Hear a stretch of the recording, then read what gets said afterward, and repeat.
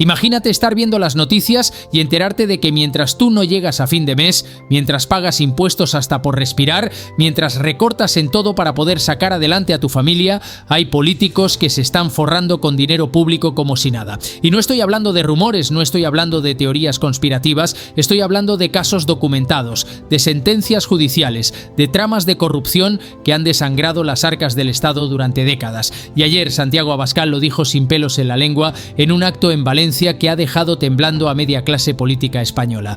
Porque cuando habla de corrupción no habla en genérico, habla con nombres, con apellidos, con cifras exactas. Y eso es lo que más duele a quienes se han acostumbrado a la impunidad. Quédate hasta el final, porque lo que Abascal destapó ayer no lo vas a ver completo en ningún telediario de los que controla el gobierno. Aquí te lo vamos a contar sin censura, sin eufemismos, sin ese lenguaje político que pretende suavizar lo que es lisa y llanamente robo. Porque la corrupción no es un error administrativo, no es una irregularidad contable, es robar. Robar el dinero de todos para beneficio de unos pocos. Y llamarlo de otra manera es ser cómplice. Ayer por la tarde, en un abarrotado Palacio de Congresos de Valencia, ciudad que conoce bien lo que significa la corrupción después de casos como Imelsa. Atención, inversiones. Ya están en España. Hasta Princesa Leonor invierte. Pon 5 euros, recibe 5.000. Gana miles de euros desde casa. Mira la página del banco. Enlace en descripción. Regístrate en 1 minuto.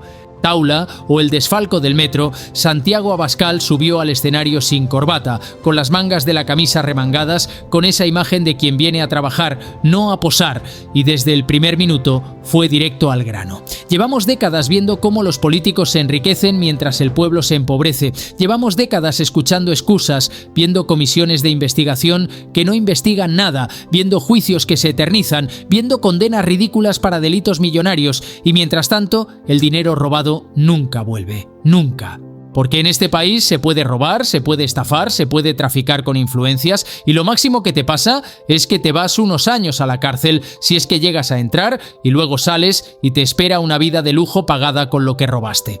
El pabellón estalló en aplausos, porque esas palabras resonaban con la experiencia de millones de españoles que han visto cómo caso tras caso, trama tras trama, partido tras partido, la corrupción se ha convertido en algo casi normalizado. Ya no sorprende, ya no indigna como debería, ya casi forma parte del paisaje político. Y eso es lo más grave de todo. Abascal continuó: hoy voy a hablar claro, voy a hablar de nombres y de cifras, voy a hablar de lo que todos saben pero nadie dice, porque la corrupción en España no es un problema de un partido, es un problema de un sistema diseñado para proteger a los corruptos, para dificultar las investigaciones, para que la justicia llegue tarde o no llegue nunca, un sistema donde los políticos se investigan a sí mismos, donde los jueces dependen de nombramientos políticos, donde los fiscales obedecen órdenes de arriba, y ese sistema hay que cambiarlo de arriba abajo. Y entonces sacó un documento, varios folios grapados que levantó en alto para que todos lo vieran. Aquí tengo una lista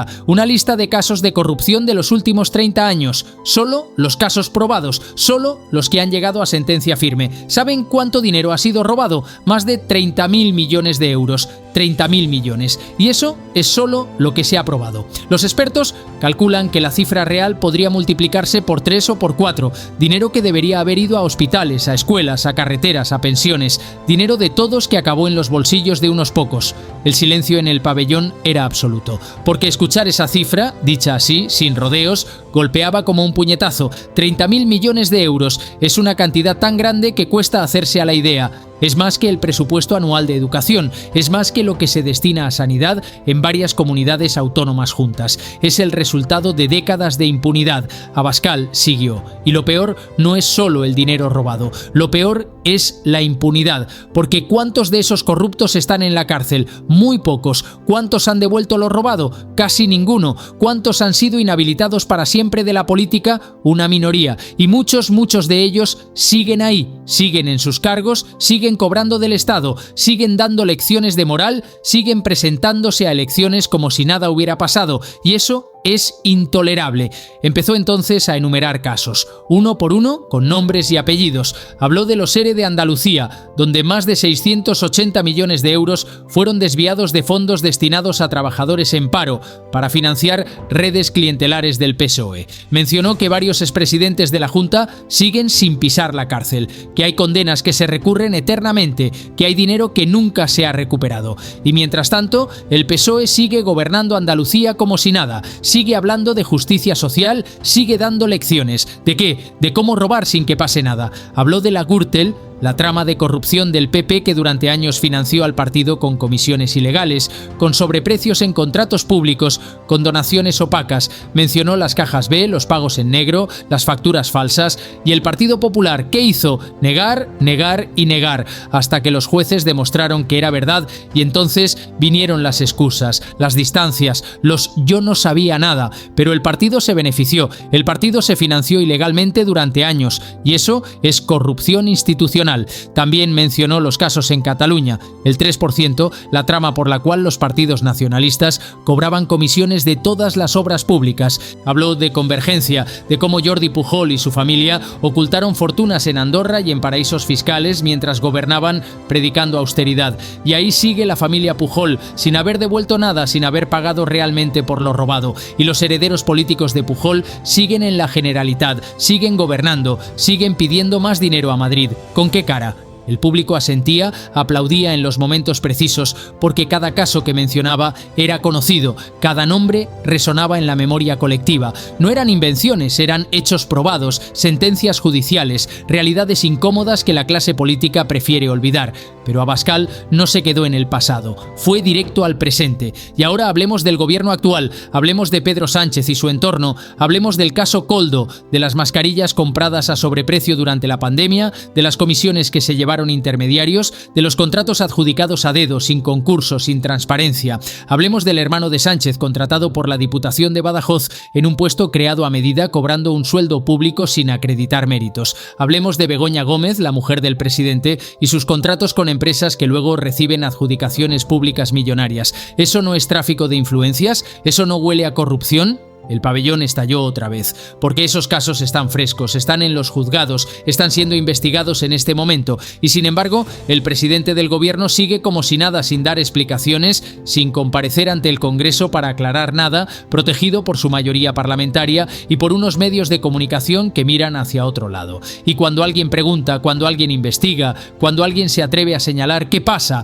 que te llaman facha, que te acusan de hacer oposición destructiva, que te dicen que estás al servicio de la ultraderecha, pero nosotros no vamos a callarnos.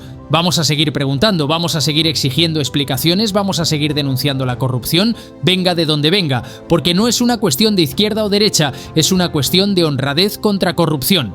Abascal hizo entonces una pausa, bebió un sorbo de agua, miró al público y siguió con tono más grave. Pero lo que más me indigna no son solo los casos individuales, lo que más me indigna es el sistema que permite que esto ocurra, porque en España, si robas un pan en un supermercado, vas a juicio en 2 meses. Pero si robas millones de euros con un cargo público, puedes estar 10 años en los juzgados, recurriendo, dilatando, negociando, y al final, si te condenan, la pena es ridícula. 2 años que no cumples, 3 años en régimen abierto, 4 años que luego te reducen por buen comportamiento. ¿Eso es justicia? No, eso es una burla. Propuso entonces medidas concretas. No se quedó solo en la denuncia, fue más allá. Desde Vox proponemos que cualquier cargo público condenado por corrupción vaya a la cárcel sin excepciones, sin tercer grado, sin indultos. Proponemos que se confisquen todos los bienes del corrupto y de su familia si se demuestra que provienen del delito. Proponemos que se inhabilite de por vida a quien robe dinero público